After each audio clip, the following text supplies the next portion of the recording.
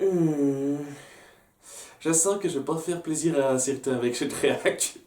En tout cas, voilà, début de la saison 2, nouvelle situation qu'on essaye de mettre en place sur le même ton gaguesque dans la première partie. Et honnêtement, ouais, je vais essayer de faire ça vite pour la première partie parce qu'elle est sans intérêt pour moi.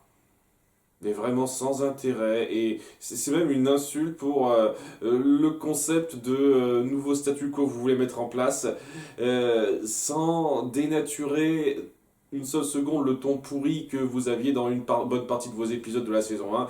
Donc voilà, ce qu'on a, c'est Star qui s'extasie d'avoir sa nouvelle baguette parce que oui, hors champ, sa mère lui a rendu. Ok, elle n'a pas fait faire de recherche plus que ça ou quoi que ce soit. Cette espèce de deuxième moitié dont a parlé Glossary, que personne n'y réfléchit. Apparemment, on s'en branle de ça. Et donc, elle fait une espèce de vlog, parce que maintenant, elle sait comment Internet marche. Alors, j'espère que ça veut dire que maintenant, elle est familière avec les coutumes humaines et qu'on va pas avoir d'autres épisodes à la con où elle fera n'importe quoi sans comprendre des trucs assez logiques et courants de la coutume humaine. J'espère que ça va nous éviter ça à l'avenir. Hein. Alors, c'est un truc que je me lance comme ça. Si ça se trouve, je m'énerve un petit peu pour rien et il y aura plus ça et c'est super à ce moment-là. Ok. Mais voilà, si ça vient, ça, ce genre de truc, ce genre de scénario d'intrigue à la con, je vous jure que ça m'énervera particulièrement encore plus que dans la saison 1. Je vous jure, hein, ça m'énervera particulièrement hein, si ça arrive par la suite. Hein. Donc, voilà, elle est en train de faire un vlog hein, maintenant sur Internet. Il y a une de ses followers qu'on voit rapidement. Et si j'en parle, parce que bon, honnêtement, elle n'a aucun intérêt dans cet épisode, elle apparaît 2 secondes, c'est que elle fait partie des personnages qui apparaissent dans la liste dans le grand groupe autour de Star et Marco quoi au début de générique. Le générique n'a pas changé d'un iota, à part pour ce détail là avec tous ces personnages de fond là qui apparaissent à la fin pour dire voilà le groupe de personnages qu'on va suivre en plus de nos 2 héros etc. Donc déjà ça spoil un petit peu ce qu'on va découvrir dans la deuxième moitié de cet épisode mais voilà quoi ce personnage là quoi cette espèce de fille qui suit Star sur internet, apparemment elle va avoir un rôle. Voilà, donc je sais pas, vu comment on nous la montre, j'ai pas le sentiment que ça va être quelque chose de très puissant, hein, de très profond, mais c'est tout jamais, hein, c'est tout jamais, mais si, voilà, c'est histoire de garder ça en tête, on met ça un petit peu en place, c'est comme pour Automne, c'est tout jamais, hein, ce sera peut-être intéressant par la suite. En tout cas voilà, elle fait son vlog, elle dit ouais j'ai récupéré ma baguette, j'ai sauvé Marco, tout ça, et elle a cette façon très euh, presque je m'en foutiste de compter Marco dans l'équation. Genre, ah ouais, j'ai ma nouvelle baguette. Ah oui, puis Marco est sauvé. À un moment donné, quoi, juste après ça, quoi, en manipulant bizarrement sa baguette, elle coincera Marco dans son placard perso à elle, qui est bloqué par magie. Elle dit, ah non, non, je peux plus retrouver ma baguette et aussi Marco. C'est cette façon de le considérer en second comme ça, nonchalante, qui est un peu bizarre. Alors que bon, quand même, je sais pas, ça me semblait un peu évident qu'elle le tenait en haute estime et qu'il était plus important que beaucoup de choses, mais bon, c'est un détail. C'est un détail, et ça va être toute une flopée de détails à la con, puisque voilà, Marco sera coincé là. C'est un placard magique, donc il s'ouvre pas comme ça. Et la baguette, donc, est un petit peu avalée par le bouquin sans que ça change grand chose, quoi. C'est juste une analyse rapide. On aura juste une analyse rapide de Glossary qui le verra, qui observera un petit peu cette baguette. Je vois pas ce que ça apporte ou quoi que ce soit. On voit juste la confirmation que c'est une nouvelle licorne qui est à l'intérieur. Ok, cool. Tandis que là, on va avoir des tonnes de gags pourris où Marco essaiera de trouver quelque chose d'après des trucs très cryptiques de Glossary qui lui dit tu dois trouver le secret à l'intérieur. Il fera des recherches à la con dans ce bazar pour rien. Et à côté de ça, on aura Star qui arrive pas à ouvrir cette porte parce que voilà, elle est bloquée par magie et elle a pas sa baguette pour l'ouvrir. Et donc il y a Glossary qui lui dira oh, tu as la magie au fond de toi, il faut que tu cherches profondément. Oui, il a cette façon très chiante une fois de plus de dire les choses de façon super générale et énigmatique. Ce mec, il me cave, je vous jure, vivement qu'on ait un développement vraiment intéressant en lui, pas cette dynamique de merde, parce que je vous jure, je suis pas dedans. Hein. Je vais pas aller très loin dans le détail par la suite. Ça va être un tas de gags où Marco fouillera en trouvant rien parmi des tonnes de merde de Star, tonnes de gags aléatoires pourris. Et à côté de ça, on aura Star qui prendra au mot ce qu'on lui dira de faire. Quand on lui dira de chercher profondément, elle essaye de chercher l'eau plus bas possible, ce qu'elle peut voir, je vous jure, hein, profondément sous l'eau, profondément en dessous de mon lit. Vraiment, hein. Conne à ce point-là. Et là, il y a sa mère là qu'elle appelle, elle lui dit ah il faut que tu donnes tout et elle croit que c'est tous des objets qu'elle a quoi. Pas tout ce qu'elle a en elle, tous les objets qu'elle a, elle les balance tous à la porte quoi. Elle est conne à ce point apparemment Star. Ce genre de gag n'aide pas une seule seconde à me faire m'attacher au personnage. Sérieusement! C'est pas la même chose qu'un petit délire rapide où lorsqu'on dit à Hercule d'utiliser sa tête, il donne un coup de boule. Oui, ok, il réfléchit pas sur le coup, mais voilà, c'est un sur le coup, quoi. C'est juste un petit truc rapide. C'est durant tout l'épisode où il réfléchit comme ça, Star. C'est naze, c'est complètement naze. Ça rabaisse la mentalité du personnage, merde. Enfin bref, merde. Au bout d'un moment, Marco finira par tomber sur le fameux secret qu'elle renferme là-dedans, qui est son journal intime. Oh là, incroyable. Il commence à le lire et elle est un peu gênée par ça. Elle veut pas qu'il le lise et c'est là que, en voulant à tout prix qu'il le lise pas, elle sait faire appel à son moi intérieur profond et donner tout ce qu'elle a pour ouvrir la porte. Parce que là, j'ai pas dit ça, mais ça aussi c'est un truc qui est un peu discutable, mais apparemment Star maintenant a le pouvoir de faire de la magie même sans sa baguette. Alors est-ce que c'est un truc de famille royale, c'est un truc de Mewni, ou est-ce que le fait d'avoir porté la baguette suffisamment longtemps vous imprègne un peu intérieurement de ses pouvoirs? Parce que bon, je sais pas, j'ai pas le sentiment que les gens de Mewni aient cette capacité particulière. Et donc ouais, avant, elle se battait sans utiliser de magie, Star. En tout cas, c'est ce qu'on a assumé de façon plutôt claire dans l'épisode 12 de la saison 1. Donc ouais, ça sort un peu comme ça, de nulle part. Apparemment, tu peux faire de la magie même sans ta baguette. Alors que ça n'a pas l'air super... je sais pas, ça n'a pas l'air super amené. Hein, ça donne pas l'impression une seconde que ça a été réfléchi avant dans la saison 1. C'est un truc, ils ont l'air de sortir comme ça maintenant.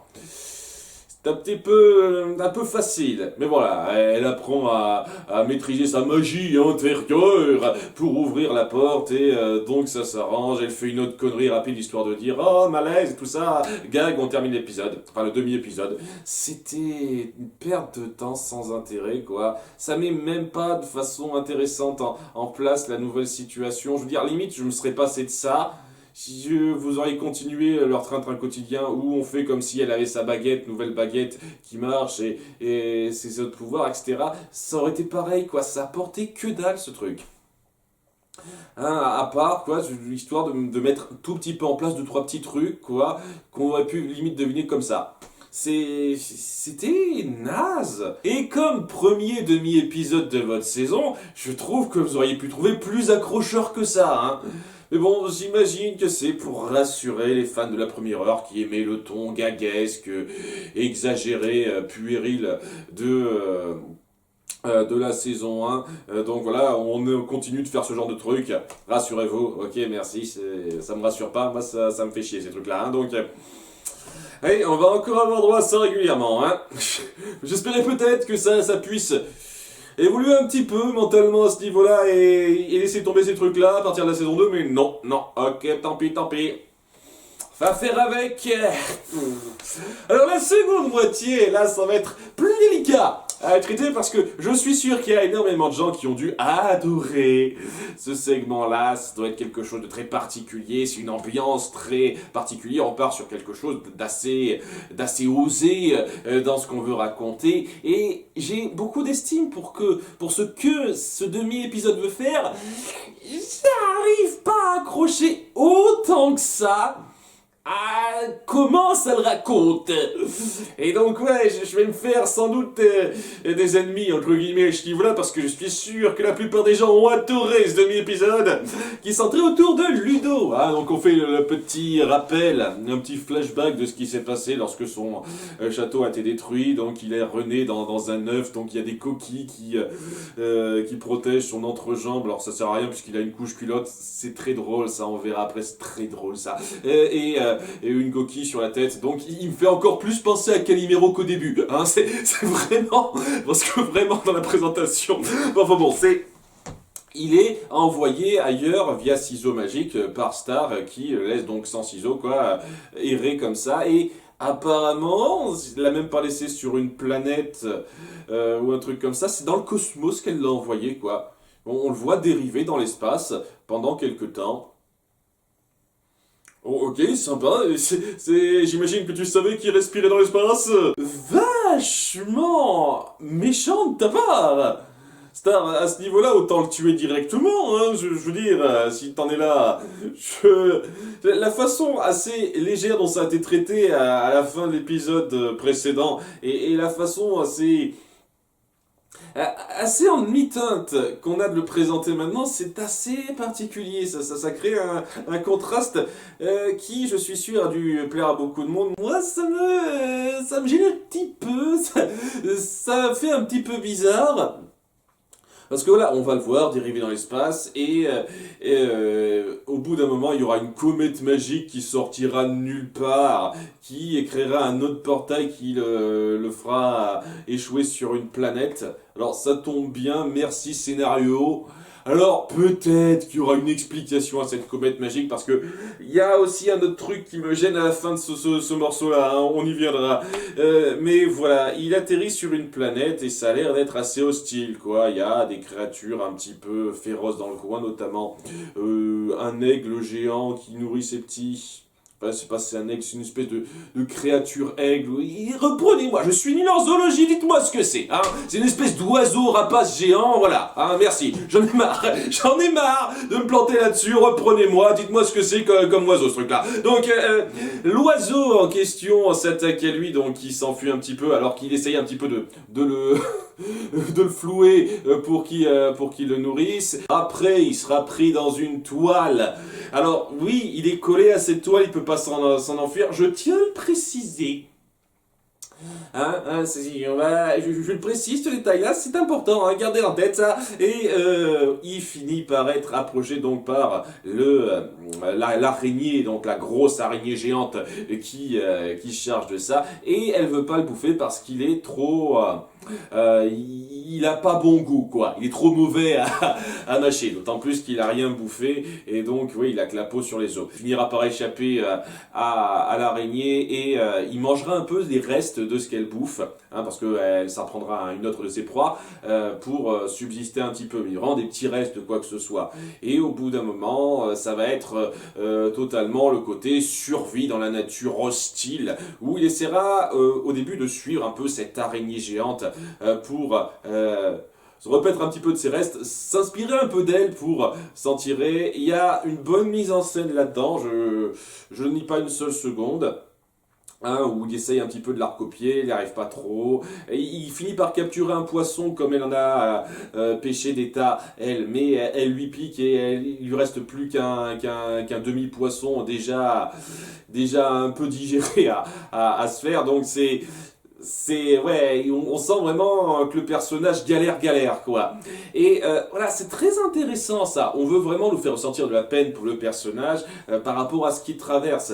Et il va avoir ce grand moment de révélation où il finira par s'affirmer, et c'est ça qui va me poser un petit peu de problème, dans le sens où on va faire ça autour d'un sachet de chips. Alors ouais, il y a un sachet de chips qui flottait dans l'espace avec lui, on l'avait vu avant, donc apparemment il était emporté par la comète également, je sais pas, c'est bizarre quoi. Je sais pas comment il a pu atterrir là, alors que la dernière fois qu'on l'a vu, il flottait dans l'espace. Et apparemment, il venait pas de lui, quoi. Il l'avait pas sur lui quand il a été balancé dans l'espace. Donc c'est bizarre, quoi, qu'il se retrouve là. Mais bon. Et ce sachet de chips, il se le voit, il dit ouais super, je vais le manger. Mais l'araignée lui pique et en dépit du fait qu'il la supplie de lui laisser ça, et elle dit non, on va te faire foutre. Hein. Donc en araignée, hein, comme ça. Et il se dit ok, c'est terminé. T'as voulu la guerre, tu vas la voir, et c'est ça qui lui fait y aller en mode Rambo pour s'attaquer à l'araignée. Et voilà, l'élément déclencheur est débile. Un sac de chips qui apparaît de nulle part dans la continuité de la présence est complètement illogique. Et c'est ça le grand moment qui fait craquer notre personnage. Vous auriez pu faire 100 fois plus puissant que ça, avec quelque chose de plus naturel, quelque chose de moins en pleine gueule comme ça, mais non, il faut que ce soit un paquet de chips. C'est complètement con, je trouve. Ça ôte énormément de poids à cette espèce de périple qu'il vit, Ludo, parce que c'est juste un putain de paquet de chips. C'est pas comme si on avait mis en place qu'il adorait les chips avant, c'était genre son mets préféré. Donc voilà, le fait d'être privé de ça, quelque chose de très spécial pour lui en termes culinaires, ce soit fort, ou que genre ce soit quelque chose, genre à la limite, pour lui, vraiment, il était complètement affamé, il avait rien d'autre à se mettre sous la dent, et tout d'un coup, paf, ces chips-là, enfin, salvatrice, et ben non, on lui les pique. Non, on le voit quand même arriver à grappiller et à manger un petit peu avant.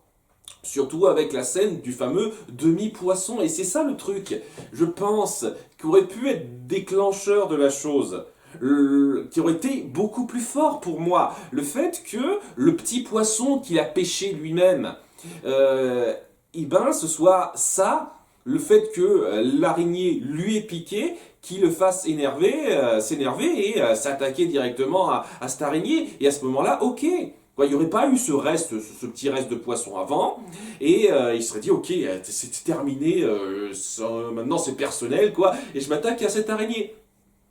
Ça, genre de choses, non, on le fait pas. Hein, c'est parce que c'est pas assez humoristique sinon, quoi. Il faut qu'on force un peu de l'humour là-dedans. Et ouais, dans ce genre d'histoire que vous voulez faire, vous voulez vraiment mettre en avant un personnage de méchant, montrer son périple pour arriver à s'affirmer, à lutter, à braver la nature hostile, et ben ça fait un peu mal au cul d'avoir ce genre de truc forcé, quoi. Ça aide vraiment pas une seule seconde le ton que vous voulez avoir globalement. Oui, je sais que beaucoup de gens vont dire « Oh, mais tu chipotes pour rien !» Pour moi, c'est pas des détails anodins, c'est important, ça.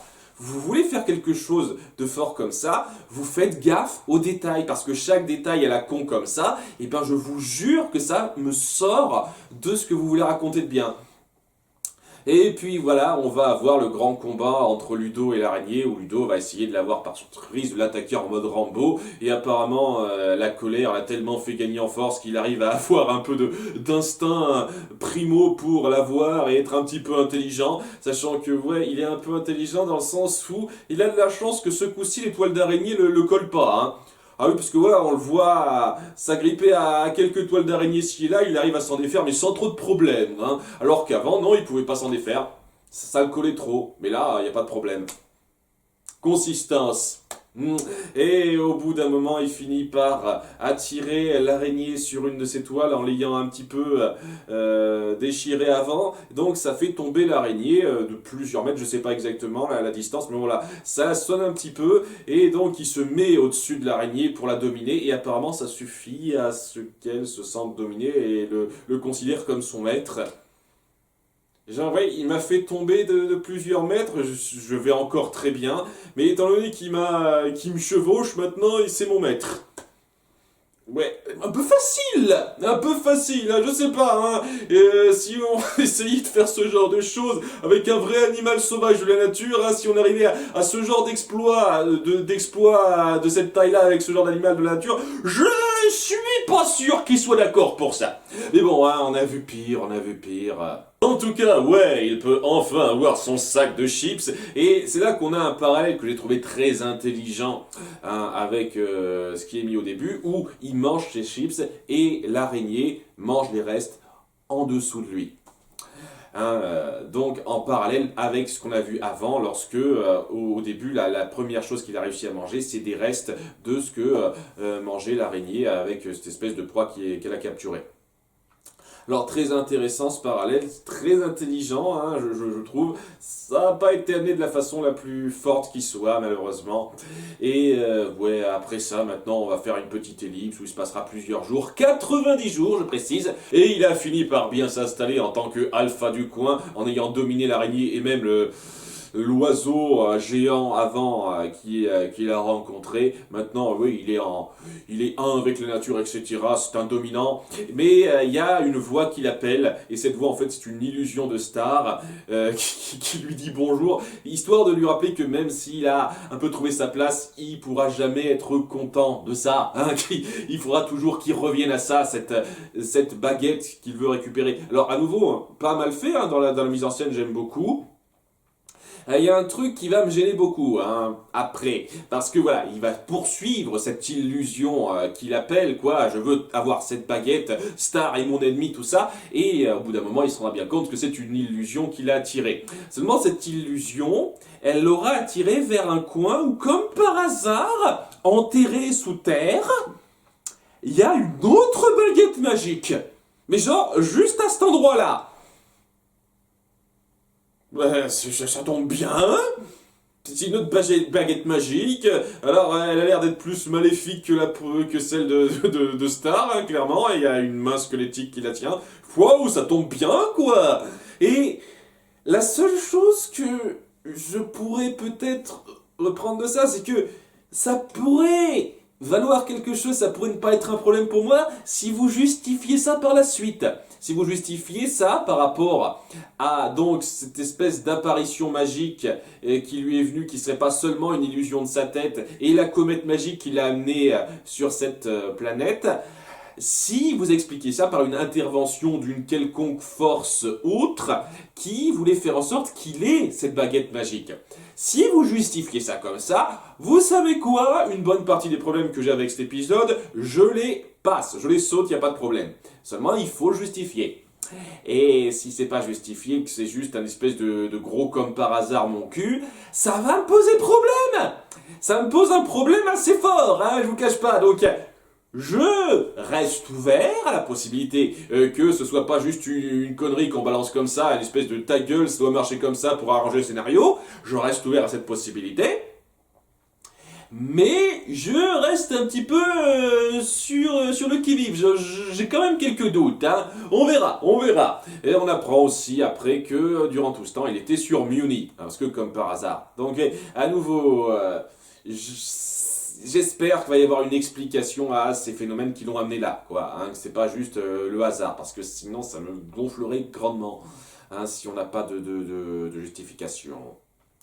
Et sinon, il y a un truc que j'ai moyennement saisi, mais ça n'a pas l'air d'être super grave, je pense, c'est que on passe du compteur, donc du temps qu'il est resté seul contre la nature, de 90 jours à 1 jour. Alors, j'ai pas bien saisi ce que ça voulait dire par là. J'imagine que ça veut dire que Ludo prend un nouveau départ. C'est sa première journée en tant que nouveau Ludo avec sa baguette qui a repris ses désirs, ses nouvelles ambitions, etc. Donc voilà, ces 90 jours, ça représentait une période particulière, on démarre une nouvelle période pour lui. Je pense que c'est ça. Sinon, je vois pas trop ce que ça pourrait vouloir dire, honnêtement. Hein. Mais bon, même ça, je trouve que c'est un petit peu exagéré de faire retomber le compteur à 0 par rapport à ça, juste pour souligner ça. Je pense que j'avais compris ça, qu'on passe de 90 à 1 jour, si c'est comme ça que j'interprète. Sinon, je vois pas trop, quoi. Est-ce qu'en fin de compte, il n'est pas resté 90 jours sur place? Il a cru qu'il était resté 90 jours, mais non, je sais pas. Je pense que c'est comme je l'ai interprété au début, que c'est la chose qui explique ça mieux, mais enfin bon. En tout cas, c'était pas si mal que ça, hein, et pas croire une seconde que j'ai trouvé ce demi-épisode mauvais, mais il y avait tellement moyen de faire ça beaucoup mieux pour moi, ce qui fait que c'est pas aussi mémorable que ça le devrait. Honnêtement, il faut que vous forciez les gags, il faut que des choses soient grossières dans la mise en scène. Il y a du mystère qui en est peut-être pas, qui si ça se trouve est juste du gros comme par hasard, et c'est pour ça que je suis dubitatif. Dubitatif, hein, si ce mystère n'est pas du gros comme par hasard, c'est cool. Si c'est du gros comme par hasard, ça baisse grandement la qualité de l'épisode, hein, je vous le dis clairement. Hein. Donc ouais, il y a cette chose à prendre en compte, c'est pour ça que je peux pas vraiment avoir un avis tranché sur la qualité globale de l'épisode. Si c'est bien expliqué par la suite, bien justifié, ce sera un épisode bien. Si c'est pas justifié par la suite, c'est un épisode correct sans plus, quoi. Donc là, je fais la moyenne, c'est un épisode pas mal. Voilà, l'épisode pas mal, on sent quand même, il y a pas mal de moments assez forts dans le périple de Ludo, c'est juste que vous pouvez pas vous empêcher de faire des tonnes de conneries pour le gag et qui gênent grandement l'expérience en ce qui me concerne. Hein. Je suis sûr que pour beaucoup de gens, c'était pas grave, ils ont trouvé ça génial, tant mieux pour vous, mais voilà, je vous fais part de ce que je ressens et ce que j'ai ressenti, c'est que ça aurait pu être beaucoup mieux que ce que c'était. Même si j'ai beaucoup d'estime pour l'idée, j'ai beaucoup d'estime pour le concept de ce demi-épisode qui essayait d'aller assez loin et de présenter Ludo sous un nouveau jour plus menaçant, avec une baguette donc qui sort de nulle part. Pour l'instant, j'espère une fois de plus qu'on aura une explication. Voilà, c'était pas mal, et à côté de ça, on a un épisode qui était médiocre, le demi-épisode, le premier demi-épisode qui était médiocre, donc globalement, ça fait quelque chose de correct. Pas un démarrage sur les chapeaux de roue en ce qui me concerne, même si je suis sûr que pour beaucoup de gens c'était génial. Tant mieux pour vous, hein. Mais voilà, une fois de plus, mon avis, votre avis. C'est un épisode que j'ai pas pris un déplaisir à voir malgré les problèmes que j'ai. Et oui, la seconde moitié a quand même beaucoup de bonnes choses pour elle. Hein. Je comprends pourquoi on peut l'adorer. Vraiment, hein, je comprends pourquoi. À bientôt pour l'épisode 2 de cette saison. Bye!